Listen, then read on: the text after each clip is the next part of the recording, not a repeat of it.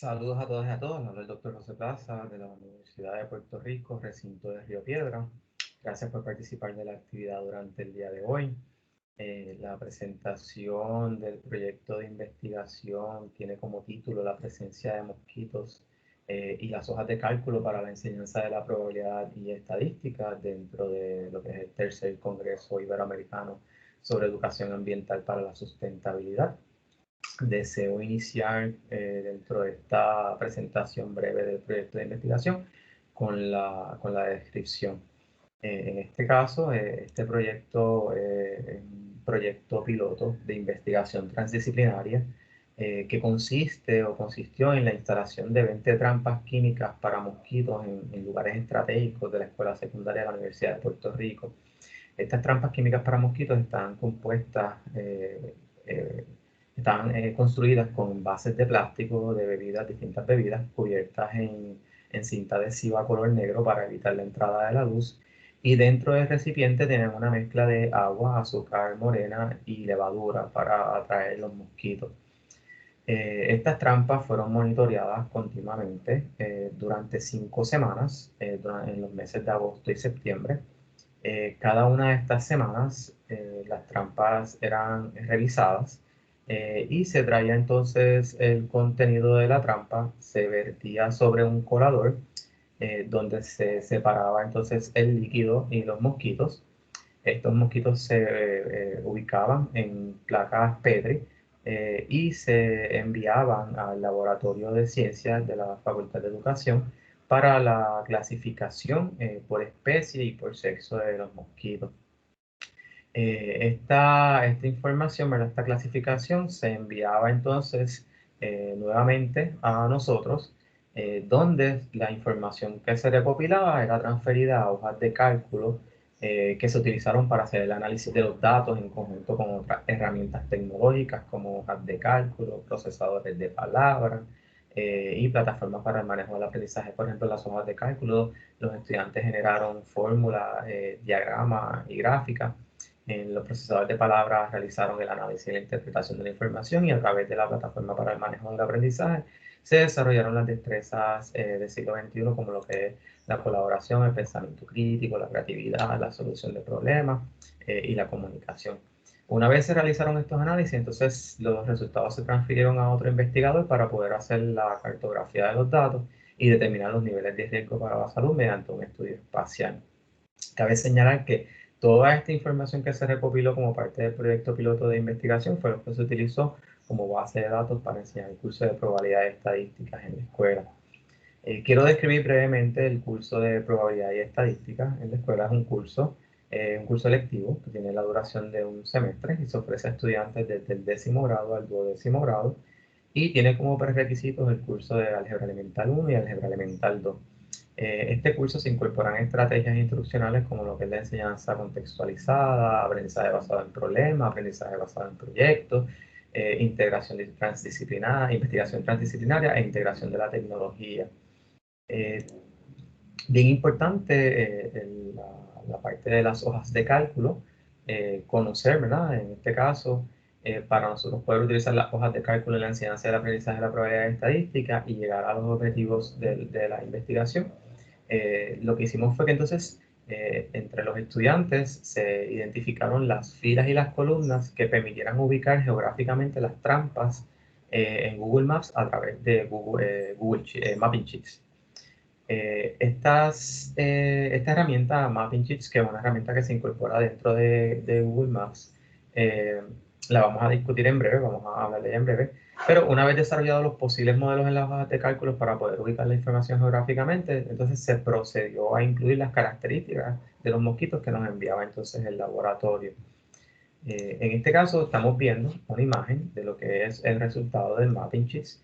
Mapping Sheets es una herramienta que utiliza lo que es la latitud y la longitud de los objetos deseados para poder presentar la ubicación geográfica de sus coordenadas en Google Maps.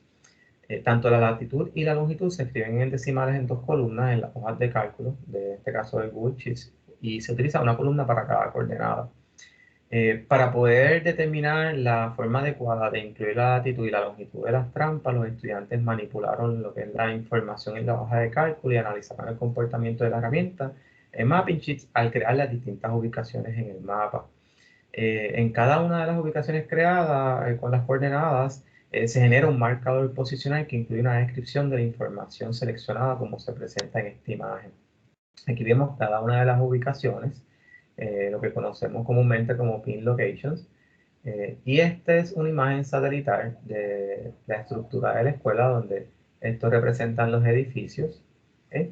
Y estas son las ubicaciones de las trampas. Por ejemplo, podemos ver que esta trampa está ubicada en la esquina interior sureste, en la latitud 18.4 y en la longitud negativo 66.0. Aquí tenemos cada una de las especies, macho, hembra y el total de esa especie. Por ejemplo, vemos que de esta especie de mosquitos hay uno macho, o sea, yo uno macho en esa semana. Cabe señalar que esta imagen y esta información corresponde a una de las semanas de la investigación, de esas 5 semanas del proyecto piloto. Y así sucesivamente se puede verificar cada uno de los pines y cotejar la información de cada uno de ellos. Bien importante, antes de nosotros poder trabajar esto, pues se diseñaron unos modelos, los estudiantes trabajaron con unos modelos en las hojas de cálculo, donde incluían la información relacionada a la ubicación de las trampas, la descripción, la cantidad de mosquitos por especie, las latitudes y las longitudes, para poder entonces identificar esa forma adecuada. Quiere decir que a partir de la información que se nos proveyó, se pusieron a prueba los distintos modelos en las hojas de cálculo para poder verificar los errores en la manipulación de la información. Y otra cosa bien importante es que estos datos que se utilizaron para poder generar esas simulaciones fueron datos que se generaron al azar utilizando la fórmula de Random Generator, con el objetivo de poder verificar cada uno de esos componentes de la hoja de cálculo. Como parte de estas actividades, los estudiantes se vieron bien inmersos en la necesidad de generar datos que estuviesen lo más cercanos posibles a lo que realmente recibirían por parte del laboratorio. Así que esto requirió que los estudiantes adquirieran conocimientos sobre las especies de mosquitos, las condiciones en las que se presentan y las implicaciones de las cantidades de mosquitos atrapados en las diferentes trampas. Una vez evaluados y simulados estas hojas de cálculo, diseñaron la que estamos viendo a continuación, donde podemos ver la descripción relacionada a la ubicación de la trampa, la latitud y la longitud y la cantidad de mosquitos por especie detalladamente. Por ejemplo, en la fila número 2 tenemos la trampa número 1 con su latitud y longitud. No hubo mosquitos en esta semana para esa especie macho ni para esa especie hembra y tampoco el total de esos mosquitos. Quiere decir que en filas podemos ver el total de mosquitos por trampa y en columnas podemos ver el total de mosquitos por especie y por sexo en la cantidad total de las trampas. Por ejemplo, nosotros podemos ver en la número 20, tenemos un mosquito macho de esa especie, pero en total en esa semana se identificaron 3 mosquitos entre las 20 trampas, así que solamente se recogieron 3 mosquitos en el total de las 20 trampas. Partiendo de este conocimiento, entonces las hojas de cálculo se modificaron y se atemperaron a las condiciones reales para asegurarlo. Vamos a ver entonces un modelo de las distintas gráficas que generaron los estudiantes. Aquí tenemos una gráfica de barra utilizando lo que era la simulación de los datos para que se viera el trabajo que realizaron los estudiantes dentro de esta educación ambiental para la toma de decisiones, integrando las tecnologías. Y tenemos, por ejemplo, las trampas y la cantidad de mosquitos por especie, identificadas por los colores.